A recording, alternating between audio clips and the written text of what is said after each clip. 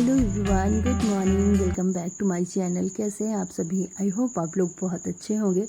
तो चलिए, सुबह का वक्त है और फटाफट से बना लेती हैं यहाँ पास चाय। बच्चों को मैं छोड़ के आ चुकी हूँ और पहले ना आज चाय नहीं बनाई थी और एक साइड रख दिया है दूध पकने के लिए, क्योंकि रात में ना फ्रिज में रखना भूल गई थी। और अभी इतनी गर्मी पड़ती है कि मतलब अगर ना पकाया जाए दूध तो फट जाएगा। तो इसीलिए चलिए थोड़ा सा चाय बनाते हैं जल्दी से। और फिर साथ ही साथ किचन देख ही सकते हैं कि पूरा फैला हुआ है। तो फिर मैं बाद में ना निपटाने वाली हूँ। पहले तो जो चाय का काम है ये कंप्लीट करती हूँ। और हम इंडियन फैमिली की तो सबसे बड़ी जो एक ताकत होती है ना, मुझे लगता है कि चाय होती है। हर घर की बात है ये। तो चाय और कुछ मिले ना मिले, मगर सुबह सुबह तो चाय मिलनी चाहिए। एक बार ना खाना भी ना मिले तो चल जाएगा, अगर चाय नहीं मिली तो नहीं चलेगा। तो चलिए कोई बात नहीं। इसके बाद सारा बर्तन वर्तन मैंने इकट्ठा किया, किचन साफ़ किया। तो गैस और स्टोव मैंने पहले ही साफ़ कर लिया है। अब बर्तन सर्तन जो है ना, इनको मैं जल्दी से कंप्लीट कर लेती हूँ, क्योंकि अभी बाद में करना ही है। और नाश्ता मैंने सुबह बच्चों के लंच के लिए बनाया था, तो मैंने अपने लिए ही भी बना लिया है। अलग से कुछ बनाने की फ़िलहाल ना ज़रूरत नहीं है। तो मतलब सबके लिए नाश्ता बन चुका है, सुबह सुबह ही एक ही साथ मैंने बना लिया था।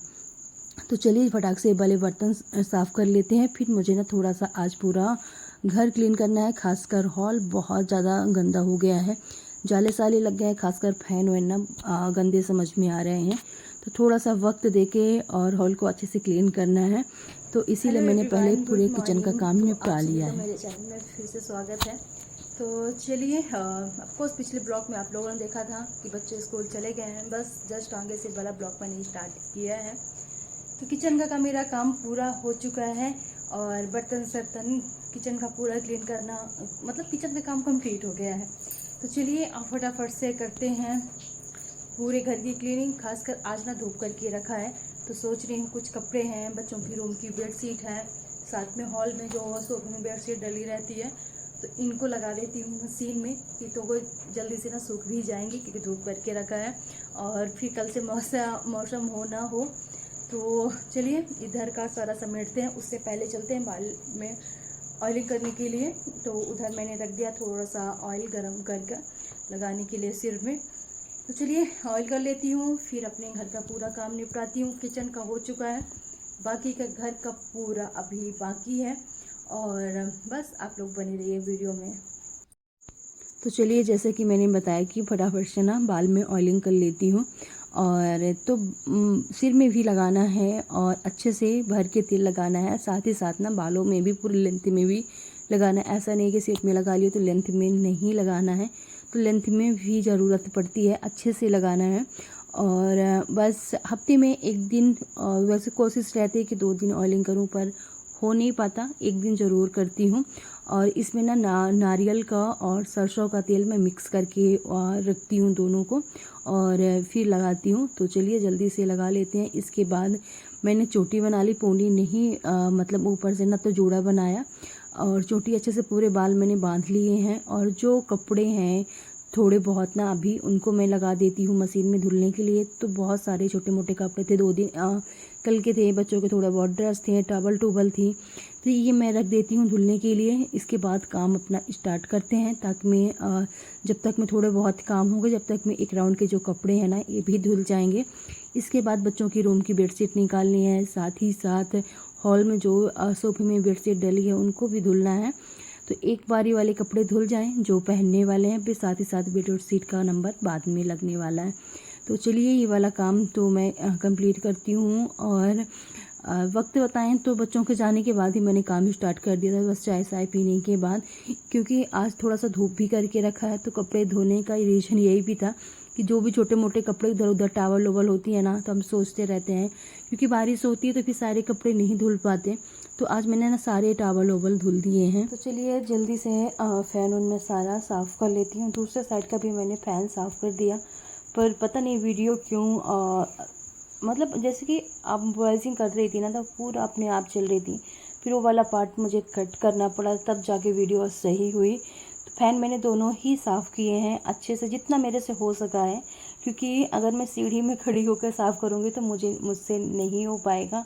फ़ैन मैंने दोनों साफ़ किए अच्छे से। इसके बाद थोड़ा सा मैंने फ़ैन ऑन कर दिया था, ताकि इनके ऊपर जो भी कचरा वचड़ा थोड़ा सा जमा हो तो वो फैन चलने के बाद ना निकल जाएगा। और इसके बाद बारी आती है टीवी यूनिट की। तो इसके ऊपर ना बहुत ज़्यादा चीज़ें रखी से आती हैं, रख देते हैं, कोई भी रख देता है।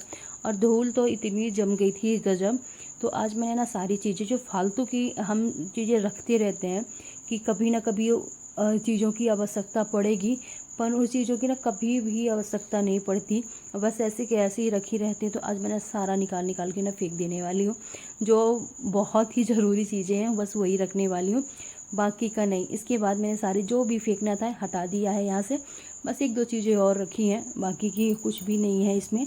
आज मैंने हटा ही दिया, बस अच्छे से मैंने यहाँ पास झाड़ लिया। धूल बहुत ज़्यादा हो गई थी आज इसके ऊपर ना, क्योंकि डेली तो ऑफकोर्स नहीं साफ़ होता। जब हम डेली पूरा फ्लोर साफ़ करते हैं इतना गंदा रहता है, तो ऑफकोर्स चीज़ों के ऊपर भी जो भी हम चीज़ रखते हैं उनके ऊपर तो धूल जम ही जाती है।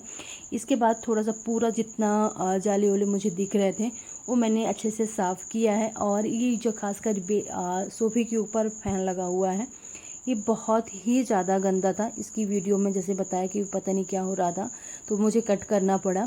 और बस ये बेडशीट यहाँ से हटा लेती हूँ और झाड़ देती हूँ। पहले मैंने नहीं हटाया कि फैन साफ़ करना था। तो जो भी है बेडशीट के ऊपर ही कम से कम गंदा हो, सोफ़ा फिर बहुत ज़्यादा गंदा हो जाता, इसलिए मैंने बेडशीट नहीं हटाए थे। अब बेडशीट हटाने के बाद सोफ़े के पीछे भी धूल जम जाती है, खासकर ना जाले वाले थोड़े बहुत ना इससे जम जाते हैं, तो वो मैं अच्छे से साफ़ कर लेती हूँ। और जो फ़ैन और मैंने साफ़ किया, थोड़ा बहुत कचरा वचड़ा झड़ गया था तो वो भी अच्छे से साफ़ करने के बाद इसको झाड़ देते हैं। फ़िलहाल इसमें अभी मैं कुछ नहीं डालने वाली, चुपचाप सेट कर दूँगी इसको अभी, क्योंकि अभी बहुत सारा काम है, जल्दी जल्दी निपटाते हैं। बच्चों का रूम है, बेडरूम है, मैंने थोड़ा बहुत ही दिखाया है, मगर इतना ही काम करने में ना टाइम बहुत ज़्यादा लग जाता है। इसके बाद बारी आई बच्चों की रूम की।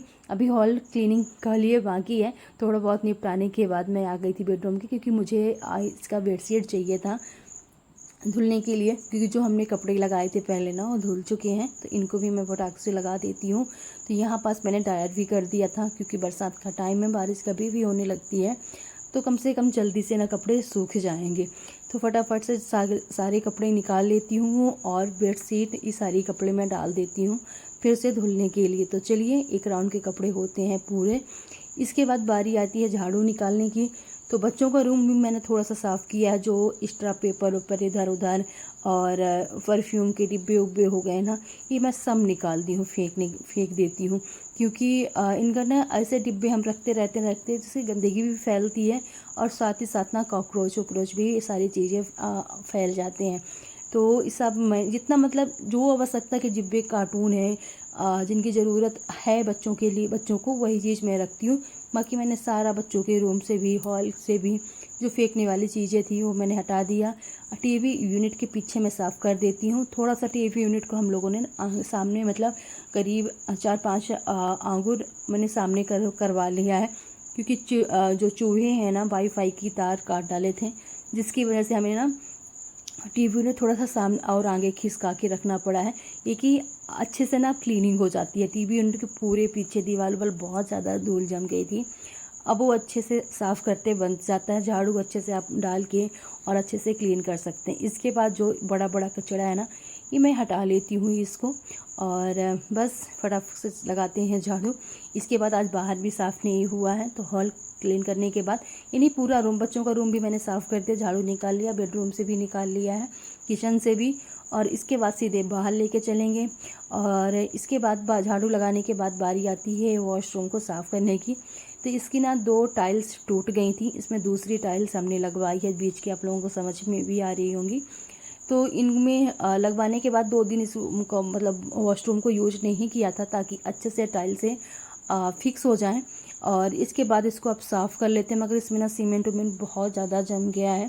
पहले तो मैं ऐसे इसको पूरा कचरा जिसका इसमें था वो भर लिया है, पानी डाल के अच्छे से साफ़ कर लेती हूँ। और जो इसमें सीमेंट अभी चिपक गई है बहुत ज़्यादा, फिर देखते हैं कि कैसे निकलती है। पहले तो जितना भी हो सकता है मेरे से मैंने उतना साफ़ कर दिया है, बाद में फिर देखेंगे, इनको बोलूँगी कि ये कैसे निकलेगा। जैसे भी निकलेगा ये निकालना पड़ेगा, और ये बात की बात है। फ़िलहाल तो हो गई है वॉशरूम साफ़। इसके बाद आती है वॉश बेसिन की। तो इसमें भी मैंने थोड़ा सा जो इसमें कपड़े साफ़ करते हैं वही साबुन से मैंने वॉश बेसिन साफ़ कर दिया है।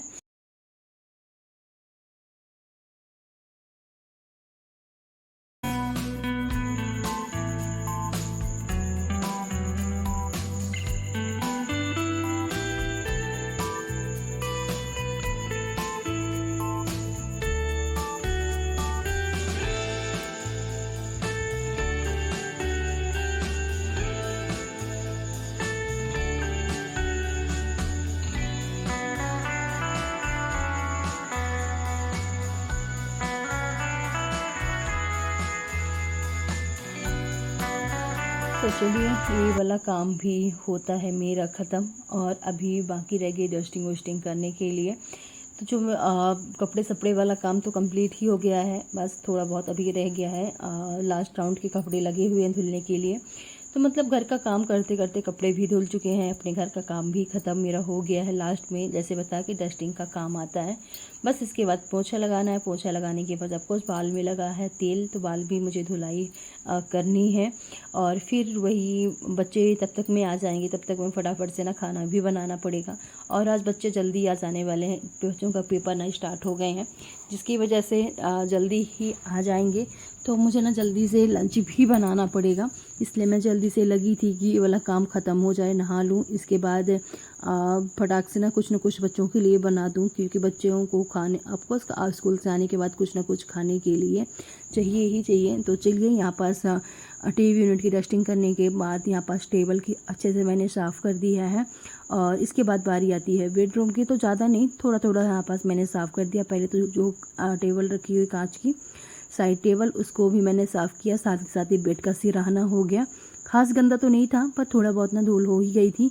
इसके बाद फिर मैं नहा चुकी थी। नहाने के बाद बस थोड़ा सा बाल में लगा लेते हैं, जो भी मतलब मैं यूज़ करती हूँ सारी चीज़ें। तो यहाँ पास बाल धुलने के बाद मैं थोड़ा सा ना लिवोन लगा लेती हूँ, ज़्यादा नहीं, हल्का लेंथ में ही लगाना है लिवोन। सिर पे नहीं मतलब यूज नहीं करते हैं सिर में। और तो यहाँ पास लिवोन लेके रखी, तो थोड़ा सा हल्का सा, ज़्यादा नहीं, ज़्यादा मैं यूज नहीं करती कि सारी चीज़ें ना फिर बालों को नुकसान भी करती हैं। तो वही सारी हल्का फुल्का कि आप जब कॉम करते हैं ना तो आसानी से हो सके। तो चलिए ये वाला काम होता है मेरा ख़त्म। चलते हैं फटाक से बनाते हैं, क्योंकि बच्चे टाइम से आ जाने वाले हैं। तो बस ज़्यादा टाइम नहीं है बच्चों को आने के लिए, जब तक मैं कुछ ना कुछ बनाऊंगी, जब तक के बच्चे आ ही जाएंगे। और यहाँ पास लगा लिया। अब थोड़ा सा लगा लेते हैं बिंदी सिंदूर, जितनी एक मैरिड की मतलब जितना श्रृंगार होता है एक शादीशुदा औरत का, बस उतना ही। तो थोड़ा सा बिंदी तो मेरे पास, बिंदी मेरी पहले से ही लगी हुई थी, नहीं निकली थी, तो मैंने यहाँ पास सिंदूर लगा लिया है। और बस इतना ही जो मैं ईज़िली लगाती हूँ, ज़्यादा कुछ नहीं। और जब कहीं आना जाना हुआ तो थोड़ा बहुत, और नहीं तो नॉर्मल में बिंदी और सिंदूर ही मैं यूज़ करती हूँ। बस आज का ब्लॉग यहीं पास मैं ख़त्म भी करूँगी। और इसी के साथ ना थोड़े टाइम के बाद मतलब बच्चे आ गए थे, खाना पीना बच्चों को खिलाया पिलाया।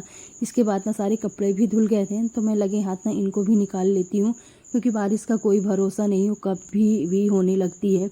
और कपड़े सूख भी गए थे, क्योंकि इनको मैंने ना काफ़ी टाइम के लिए ड्रायर भी कर दिया था, तो इसलिए सूख भी गए, तो इनको निकाल लेते हैं। एक टेंशन रहती है ना कि अगर बारिश होने लगी तो बहुत सारे कपड़े थे, फिर इनको मैं फैलाऊंगी कहाँ। तो जल्दी जल्दी से ना मैं भी निकाल लेती। बगल वाली में जो दीदी हैं, वो भी जिनके एक्स्ट्रा कपड़े जो सूखे गए थे, वो भी लगी हुई है निकालने में। तो चलिए आज का ब्लॉग ख़त्म करते हैं। अच्छी लगी हो तो वीडियो को लाइक कीजिएगा, साथ ही मेरे चैनल को सब्सक्राइब कीजिएगा।